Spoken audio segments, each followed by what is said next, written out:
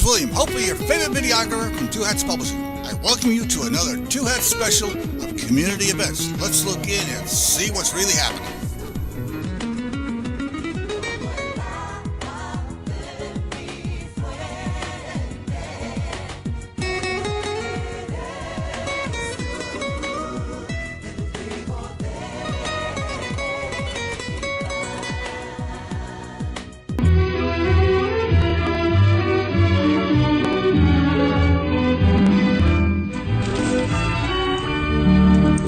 And good afternoon and welcome to Lambda Weekly. I'm Dave Taffet and I'm here in the studio with Lerone Landis. The late Patti Fink she's running late today as usual, I guess. And as usual. She'll be here in a few minutes. It is Pledge Drive, our annual May Pledge-a-thon. What do we call it? Our annual May Pledge Drive. If you'd like to make a pledge, give us a call, 972-647-1893. That's 972-647-1893. We have a real special guest today. Very special guest. I met Lola Sanabria when I was down in Florida a few weeks ago. She is a student at Marjory Stoneman Douglas High School in Parkland, Florida. And it was National Walkout Day, commemorating the 19th anniversary of the Columbine shooting.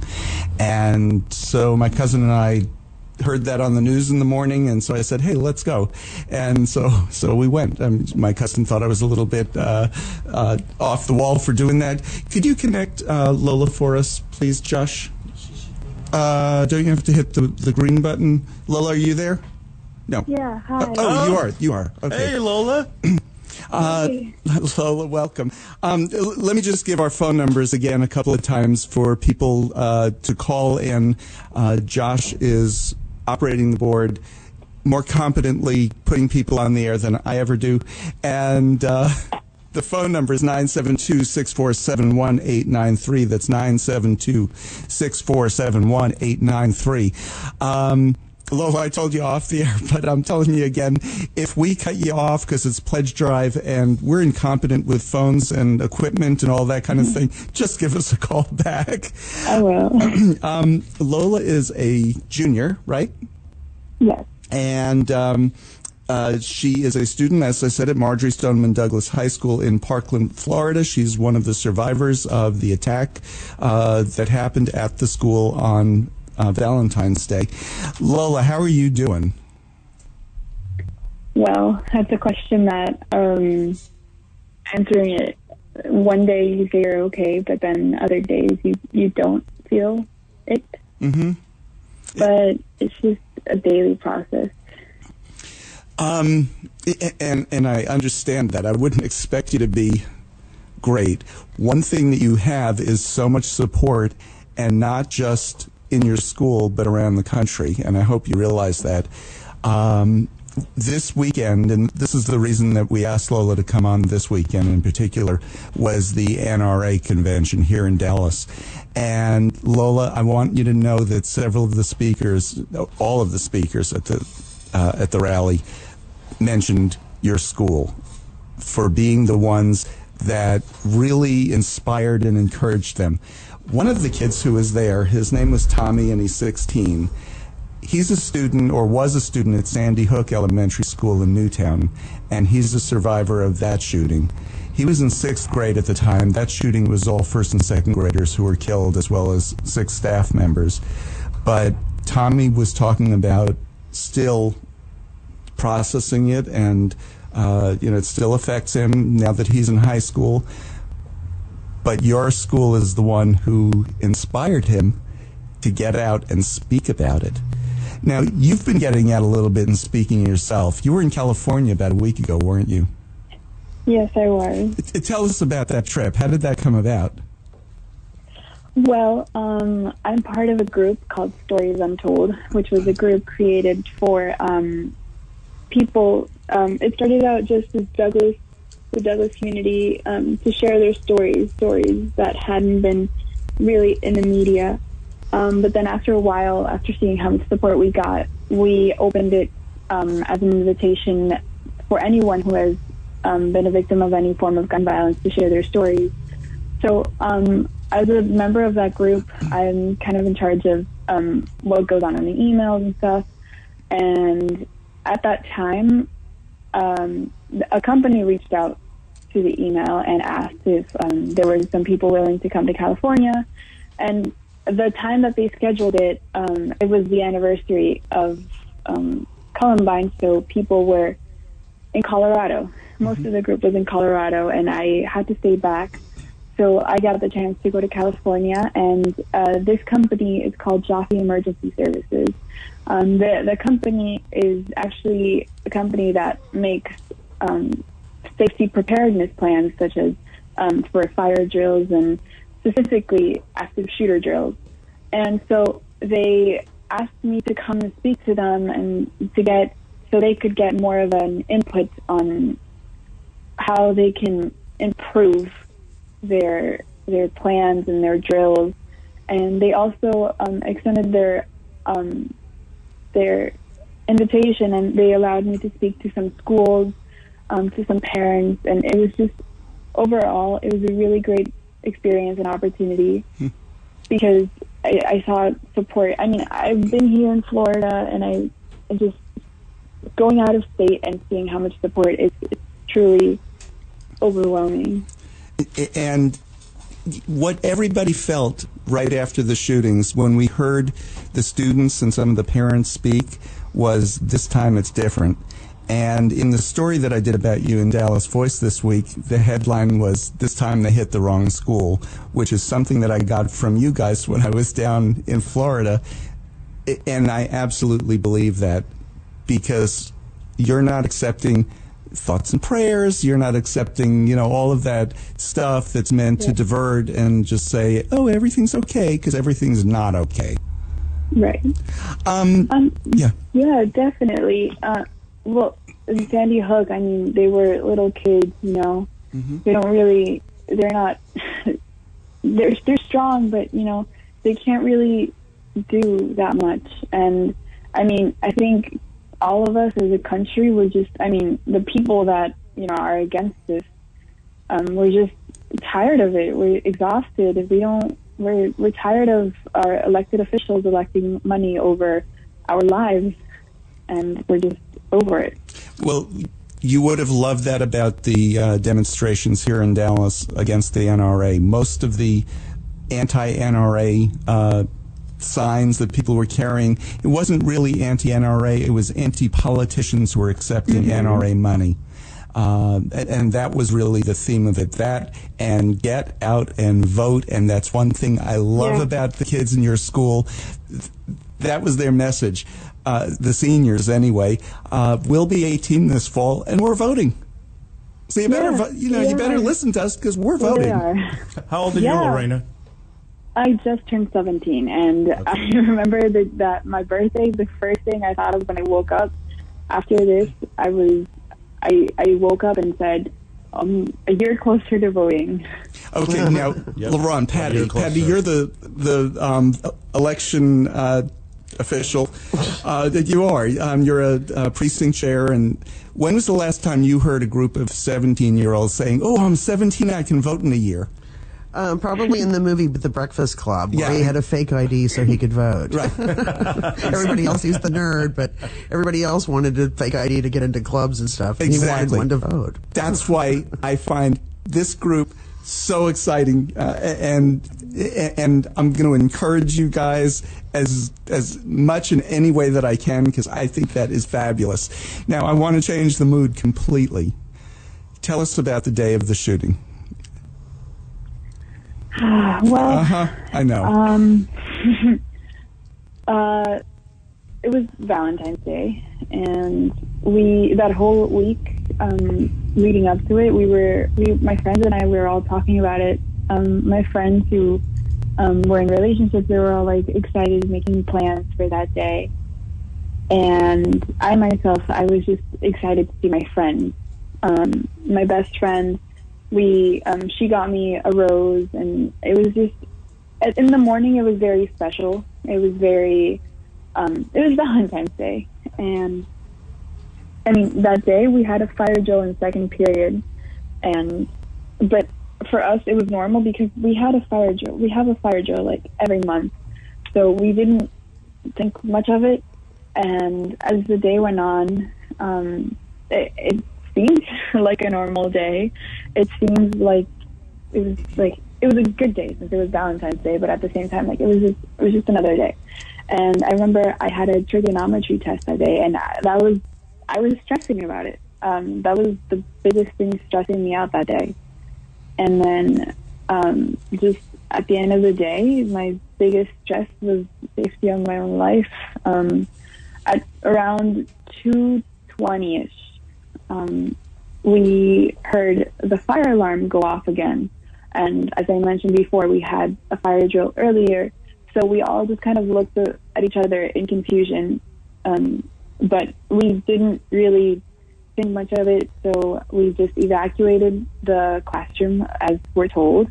We head to our designated zone when we have fire drills and fire evacuation plans.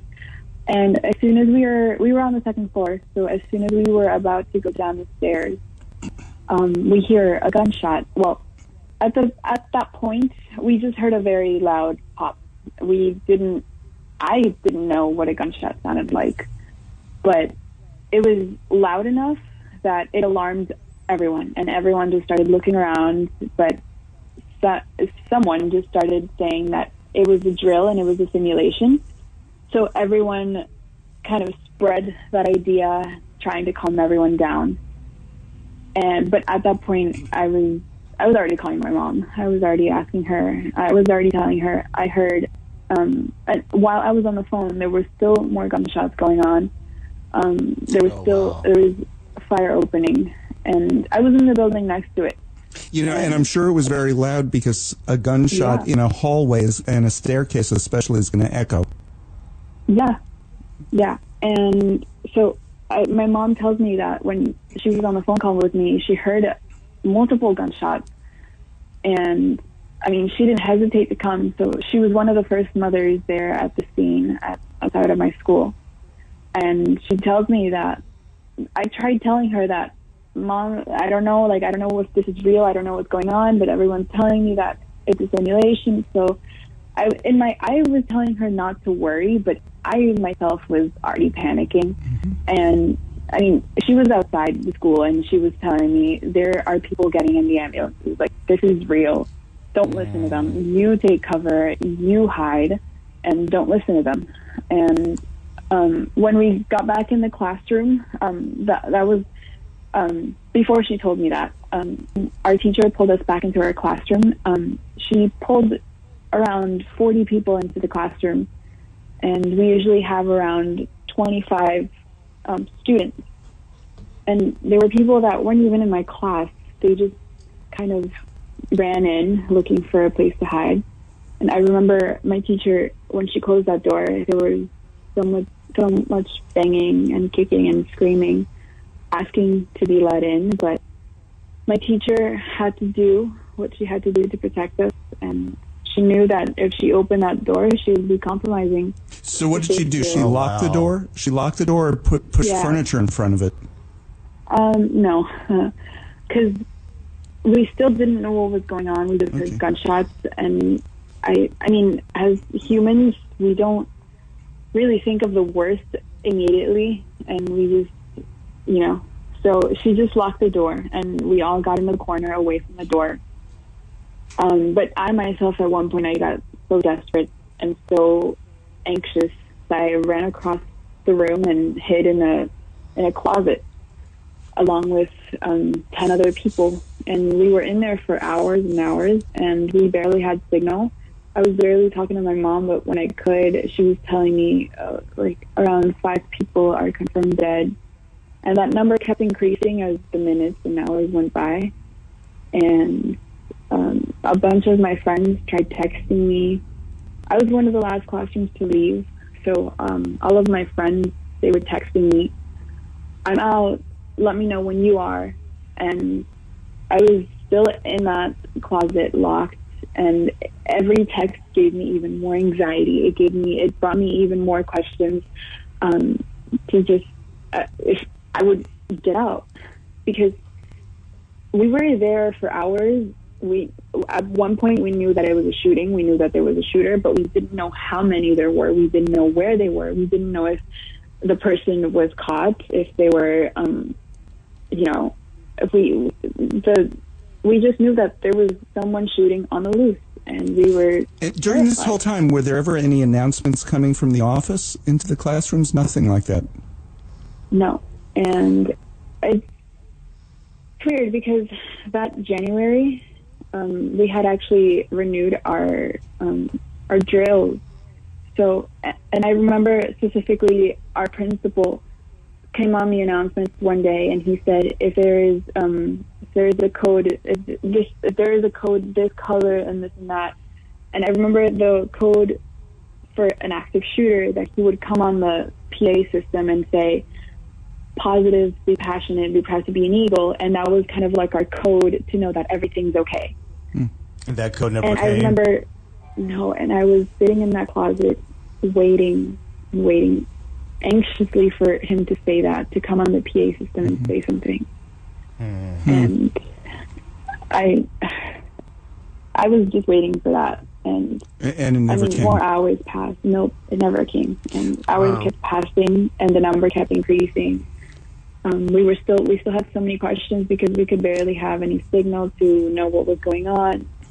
But I remember getting texts, a few texts that I got, telling me that two of my close friends were shot.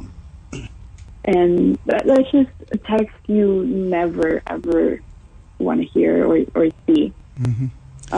Lola, we need to take a break, and we'll come back and you'll tell us more of your story.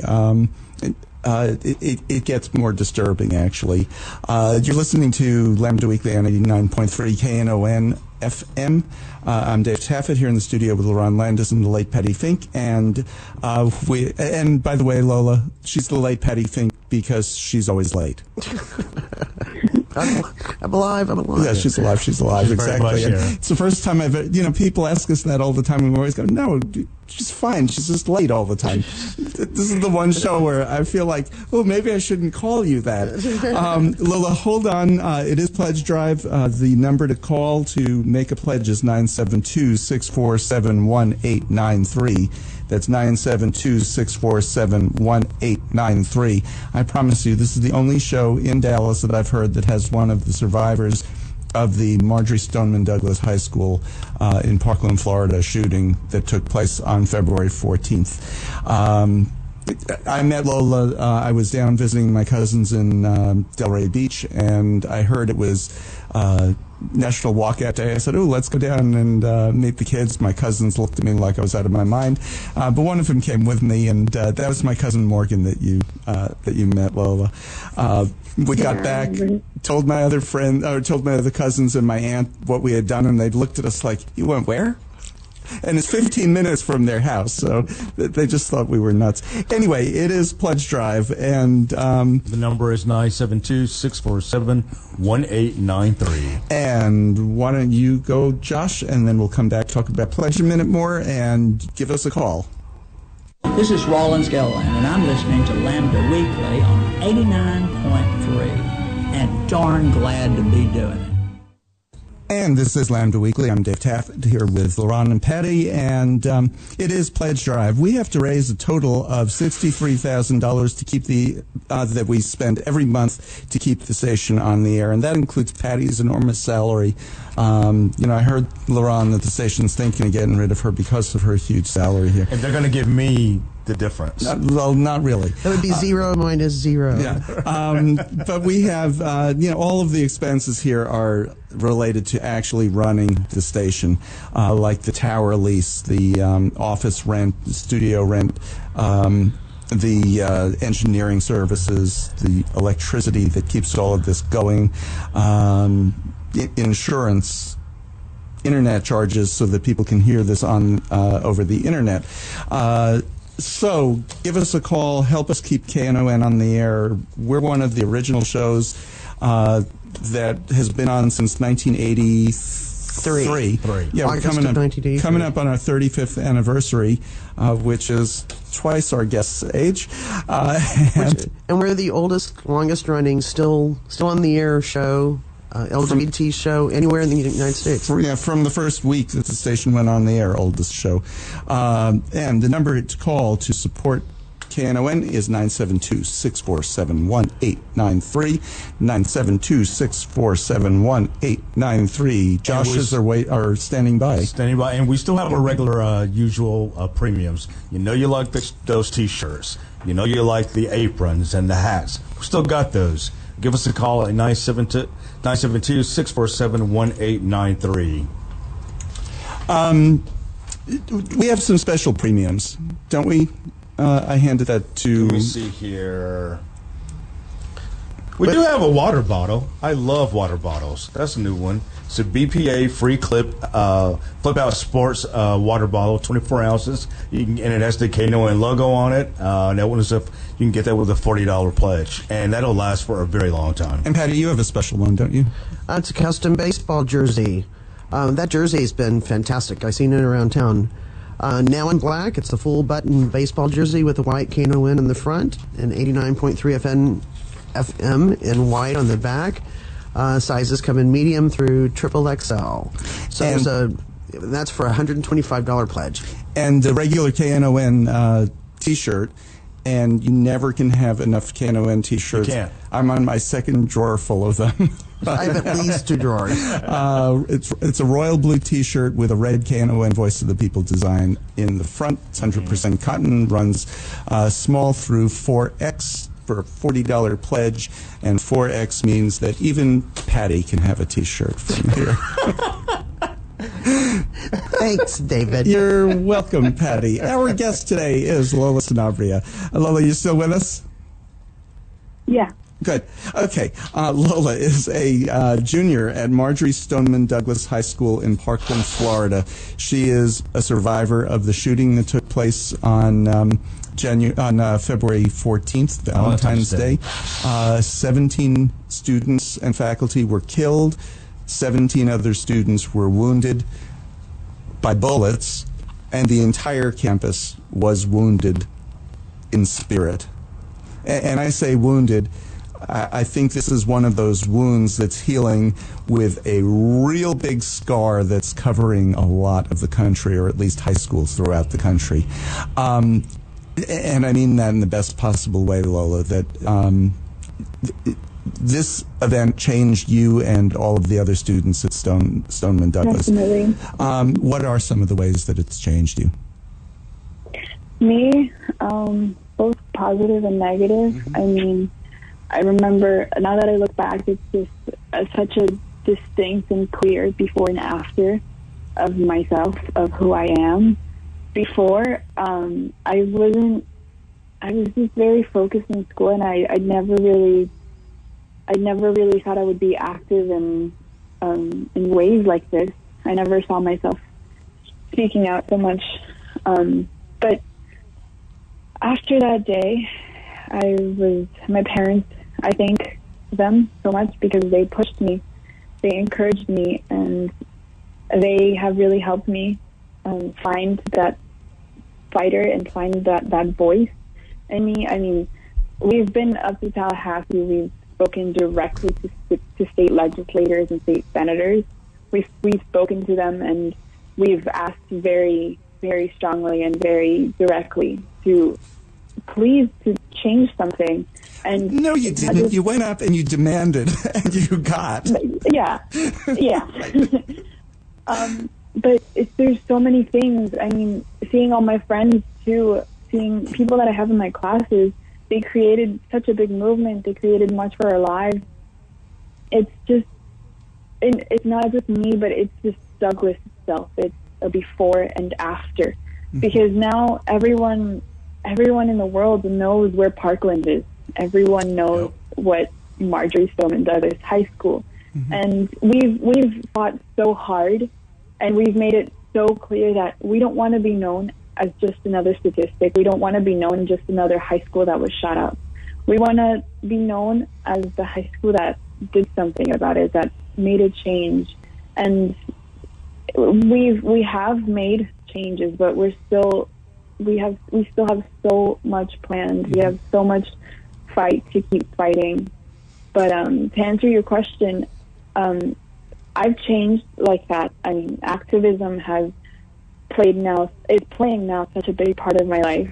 It's something I'm focused now on, along with school. And yes, sometimes it gets very difficult to balance both.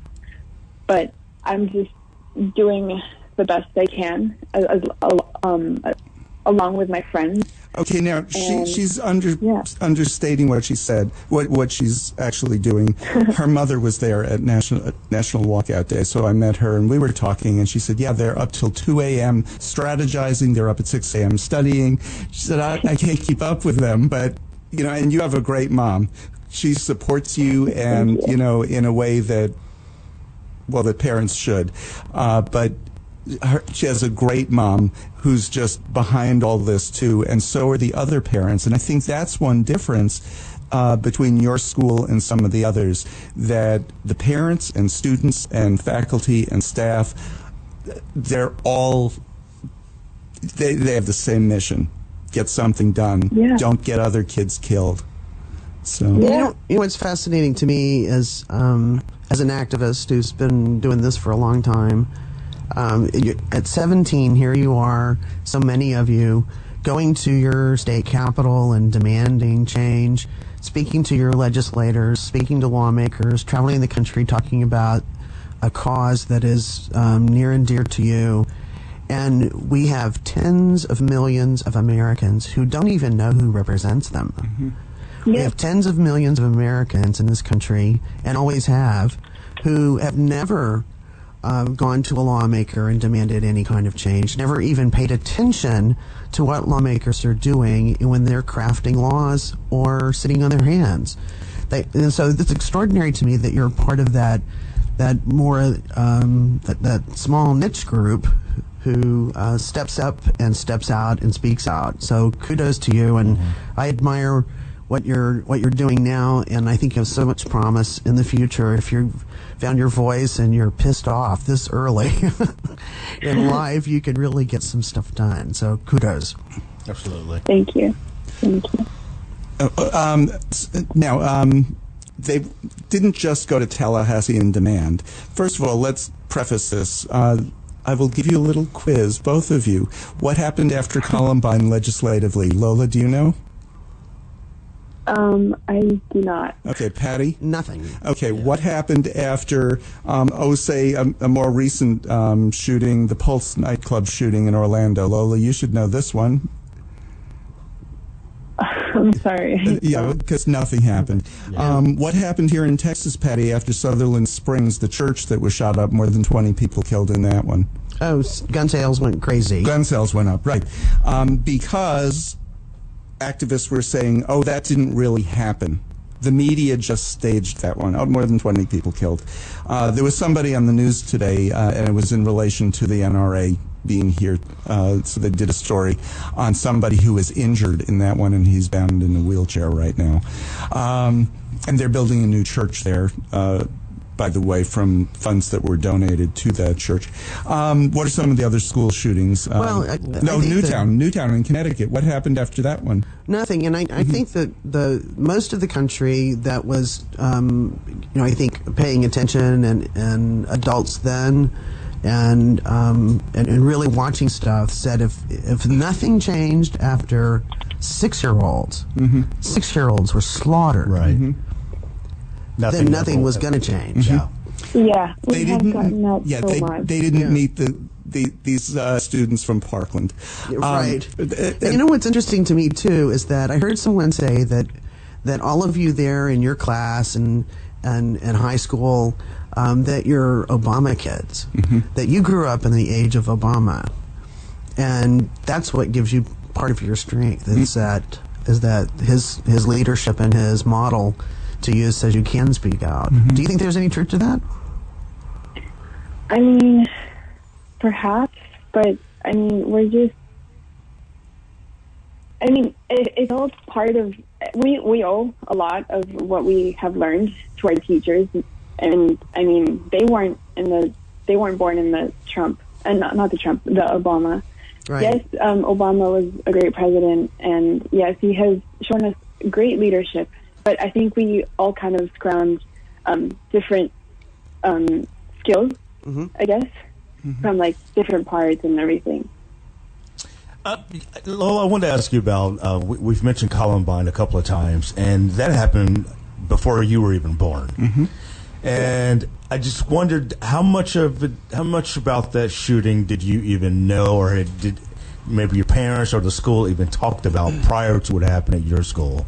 And the reason why I wanted to ask, because I remember when Columbine happened, you'd think, oh my God, this is such a tragedy. Surely this won't ever happen again. And then it does, and it's happened several times. Honestly, I knew something happened on Columbine in 1999. But, I mean, after that day, I have done so much research, and I have gotten so much knowledge. And Douglas I didn't even know walkouts were a thing. I didn't know that. But now, this year, we are participating in stuff like that. But before that, we didn't have moments of silence for Columbine or for Sandy Hook or anything. Okay, so I want to go back to legislatively what happened after all of these other shootings. Nothing. President Obama was here after 5 police officers were shot in downtown Dallas, or 5 were shot and wounded, 5 were shot and killed. And President Obama was here for a memorial service that mostly it was the police department that attended. I was able to go. And you know how he was really a great speaker? He was just frustrated that day. He was upset. He was demoralized. He felt like garbage that he wasn't able to do something to get something done. President Bush was there speaking that day too. He was also frustrated. You know, it was September 11th happened on his watch, and he wasn't able to get something done about violence in this country. And it was just real interesting to see. But you did get something done in Florida. You got a law passed. You didn't just go up, talk to your legislators and demand, and then nothing happened. You went up, you demanded, and you got. Tell us about the law that passed. Yeah, well, before that, everyone was just telling us, okay, Florida is Florida, and, you know, your chances of actually changing something are slim to none. And like you said, Obama went there very frustrated and angry, and so did we. So that gave us even more to fight for. But the law that was passed was the Marjory Stoneman Douglas Safety Act, which bans bump stocks, and it bans and it raised the minimum age to buy a firearm from 18 to 21. Yeah, but what if you're like, say, 18 years old and you happen to need a military-style semi-automatic assault weapon? I mean, okay, putting all political views aside, and this is me talking personally, why do you need a military-grade style weapon for self-defense? I mean, it's just, to me, it's ridiculous. There's no need. And you certainly don't need one to hunt a deer. I mean, I've heard sportsmen blow up a deer. I've heard sportsmen say, if you need a weapon like that, then you shouldn't be hunting. I mean, it would be an embarrassment to you as a hunter. It's true. Now, there's just no need. And you have to understand, there are lots of people in Parkland who have guns. Do you know what I know Parkland from? Because my father moved to Delray Beach and then Boca.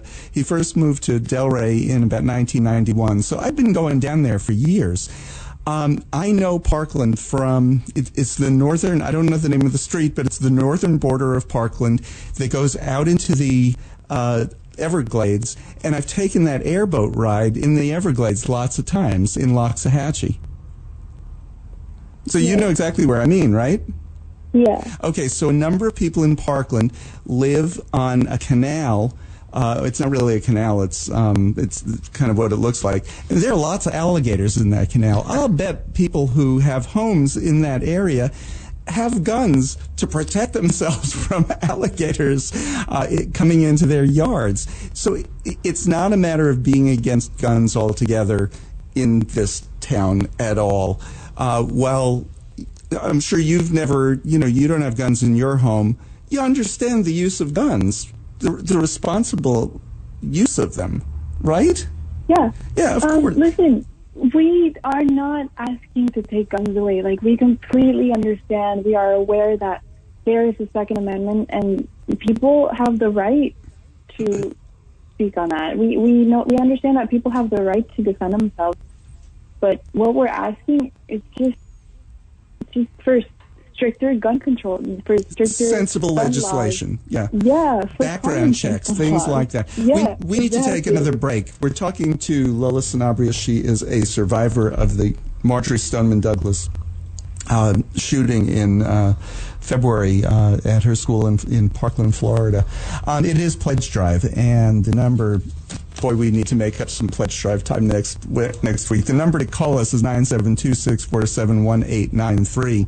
That's 972-647-1893. Lerones, what are a couple of the premiums that we have this time? Well, in addition to the T-shirts, we have a baseball cap. And you can get, it's embroidered with the Knon Voice of the People design. And you can get that for a $50 pledge. Also, there's this is the weather when you want to go out and cook, barbecue. And what's better, the Knon apron. This one's new. Yes. This is new.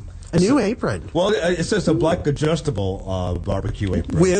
With 3 pockets. It has 3 pockets. Now, I only have one, but I don't use it that much. Now, but Patty, how many do you have? I have 3. Okay. How many do you wear at once? Just one. Oh. But you know what I've been doing lately is I have so many Knon T-shirts, and I just wear them till they're ragged. Yeah. And they have holes. And so when I cook, I go change into one of those.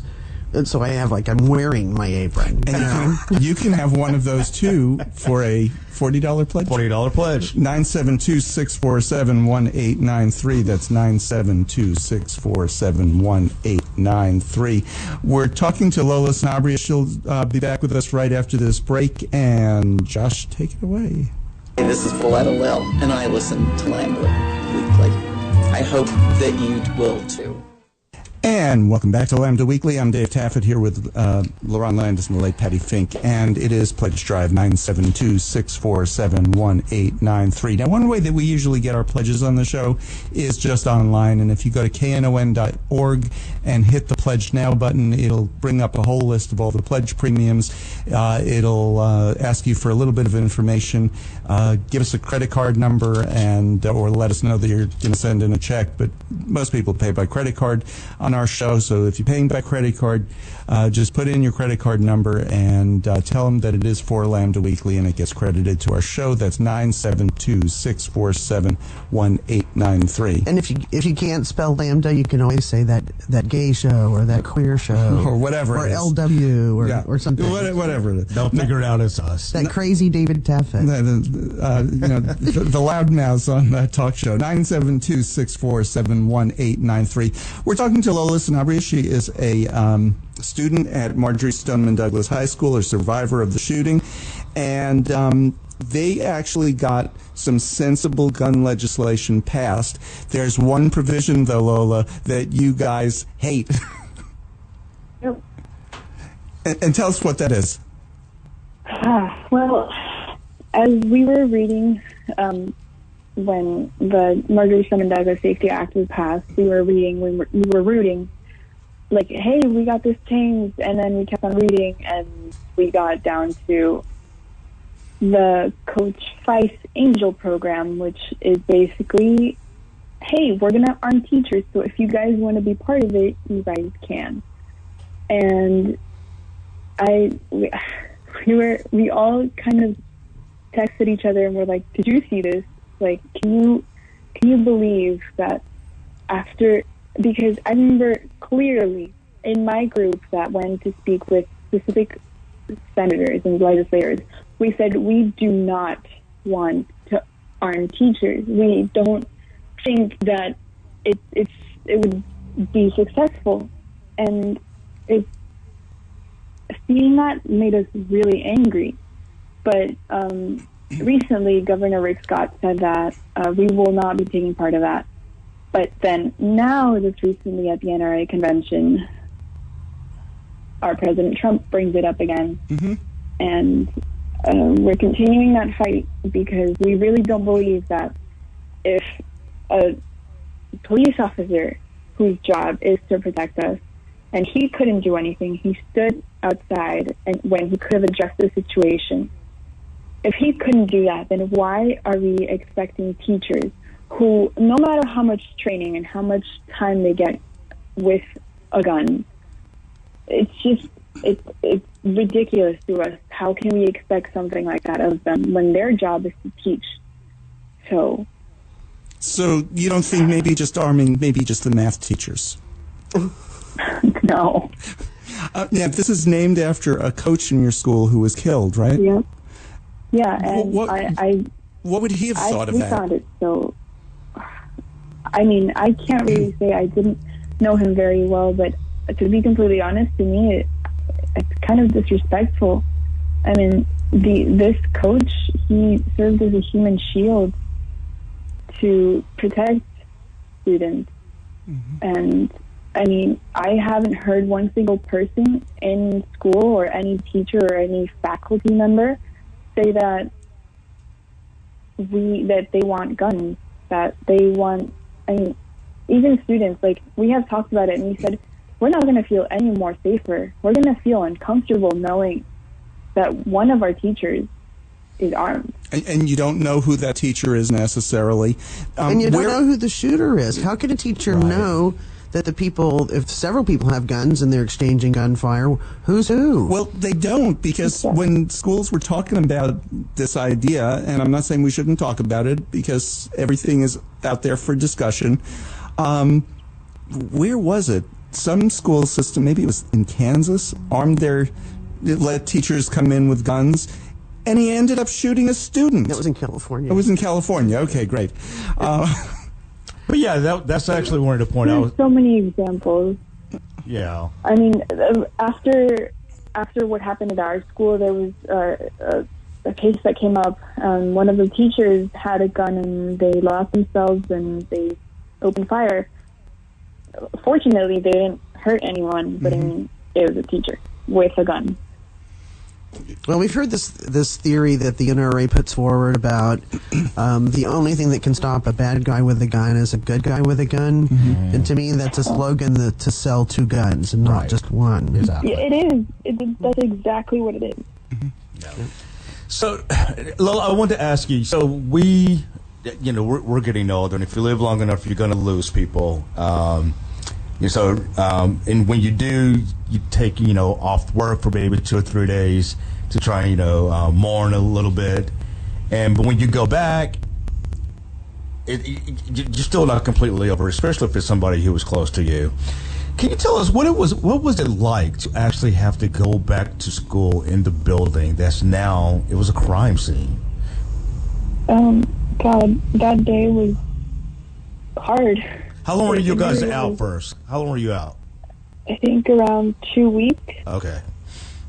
And I remember, the day before, I was a mess. I wasn't ready, but I felt like it was necessary to push myself to start healing. Yeah. But I remember walking in, and the first thing I see is it was just a bunch of police officers with AR-15s on their person. Wow. And I was just really disappointed, first of all. I was angry. I was confused. Why would who in their right mind thought this was a good idea? Did the school administration have an answer to that? No. No. Because the police officers were just there on their own. The school didn't really have anything to do with that. Yes, they added more security, but the whole idea was police officers with AR-15s. They just kind of showed up. Wow. How helpful of them. And I know. But there were some good things about it. We got therapy dogs. I remember seeing a therapy donkey. I saw a bunny. Yeah, it was a weird day, but it was good. to see my friends again in one place. But at the same time, I mean, I had classes that I could see the building outside my window. And I had classes that I had to pass by that building to get to my class. And just so that for people who don't know the campus, it's a very large campus, and it's multiple buildings on the campus. So the shooting happened in one building, and that building's been closed now, right? Yeah, And I totally lost my train of thought. yeah, we both do that. It's Sunday, and who can think straight on a Sunday? So it must have been good to start seeing your friends again, but you had friends who weren't there anymore. No. I knew people that I had, always in the halls.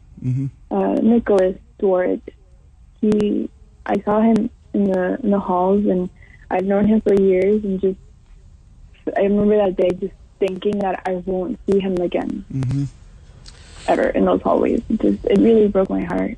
Yeah. And I remember that day, there were moments where I couldn't hold it, and I just teared up.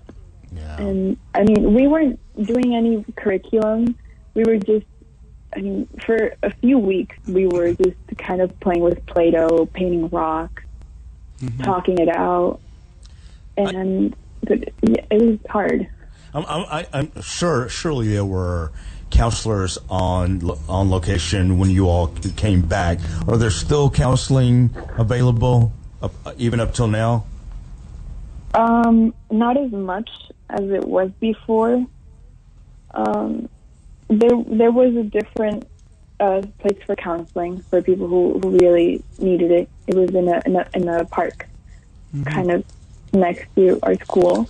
But the counselors in school, they were just there to, ask like how you are, like are you okay? But they didn't really offer true help, as in like, hey, you should try this, do this. Was there counseling available for the teachers? Because, they lost other teachers. They lost their students.